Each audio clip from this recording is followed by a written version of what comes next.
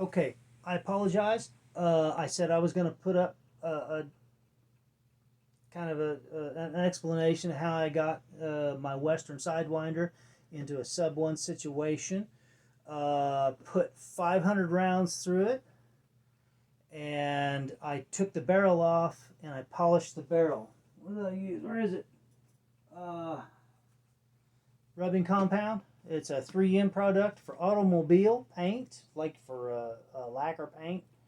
Um, anyway, put this on your little soft cleaner, the rodding cleaner, not a diaper. It's the little guys like so. Okay, and fella I saw do that. He when he took the moderator off, he put the barrel up against the wall. He said you don't want to go all the way through the barrel because you could mess up your crown. So I didn't do that. I put it up against the wall just like he explained. It takes, what, 3 minutes to take this barrel off. And I polished the shit out of the barrel. It took about a half an hour, maybe more.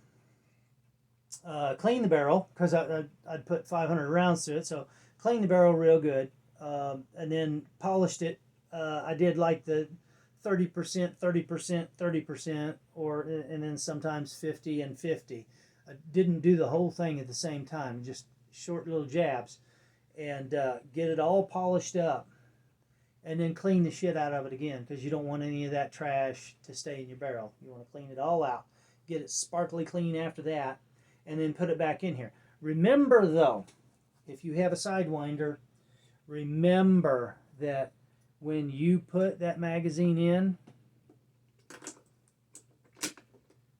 the barrel is almost touching the magazine. I don't know what the tolerance is. I'm sure I could look it up. They probably got it in the book. I think it's 4 thousandths maybe. It's not much. Just a very tight tolerance. So when you when you thread that barrel in, it doesn't get tight. You're not going to want to tighten the barrel. As a matter of fact, when you put the barrel back in, you're going to want to put your magazine in, lock it down, and then thread your barrel in, and you can feel it hit. That's when you want to back it off a little bit. Because if you've got any obstruction from this barrel into your magazine, the thing's not going to function. It's going to stop working. Your magazine will not rotate. It will not advance. And you have to back these 2 bolts off and turn this a half a turn out and then tighten them back up. And then you're good to go again. You can get a feeler gauge. You get down in there. I think you're probably looking for 4 thousandths. That's going to be probably max. But give yourself a little clearance when you put this barrel back in. And after polishing the barrel with my cheap ass scope, this is a cheap scope too, but it's a little bit better. I've got a little larger field of view on it. It's still the 1-inch tube. It's not the, what the hell they did it, 22 millimeter tube. It's the smaller one of the 3. But with the cheap scope, I was getting a sub 1 MOA. I was dead on, and I was right there. There was no question about it. And this is the short gun. This is the compact. If you want to spring $150, you can buy the longer barrel, and in 5 minutes you put your longer barrel on, and you've got a full-size Sidewinder. So don't be concerned about not being able to buy a full-size Sidewinder. Buy the compact, and then purchase a longer barrel.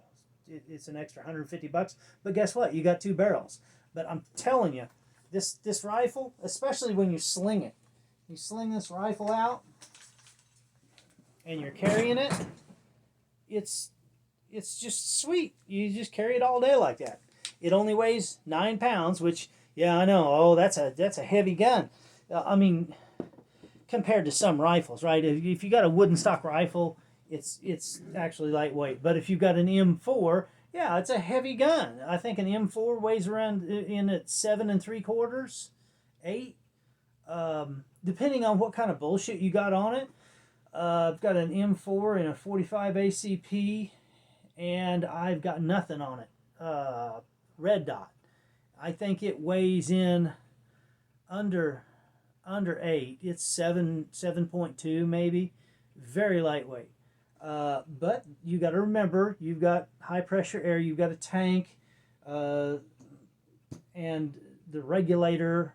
You know, you got a pick rail on it. This has got a lot of stuff on it, and I wouldn't recommend adding more BS onto it. It's just it would be for looks. It'd be cosmetic only if you add more crap. Really, I just don't understand why anybody would do that unless you're strictly bench rest. But this thing gets carried with me in the field. I nailed a beaver.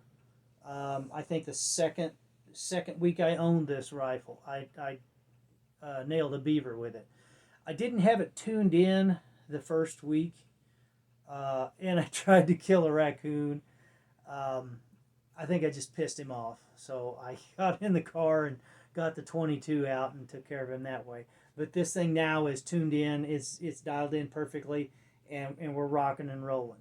But yeah, I would definitely recommend this. But again, just remember, you're paying a lot of money, so don't feel bad if you have to make changes or talk to your salesperson or the rep to make sure everything with this thing is right. Okay? If it's not perfect out of the box, which this one was, but like I said, my spare magazines were an issue. So that's part of the package. When I buy spare magazines, that shit is part of the package. And I expect those to be just as good a quality as the one that come with the gun. They should be identical, technically. Anyway, I don't know. Tell me what you think. But if you're on the fence, jump, and spend the money. You'll be happy you did. I'm happy I did. Anyway, have a good night. Stay safe out there.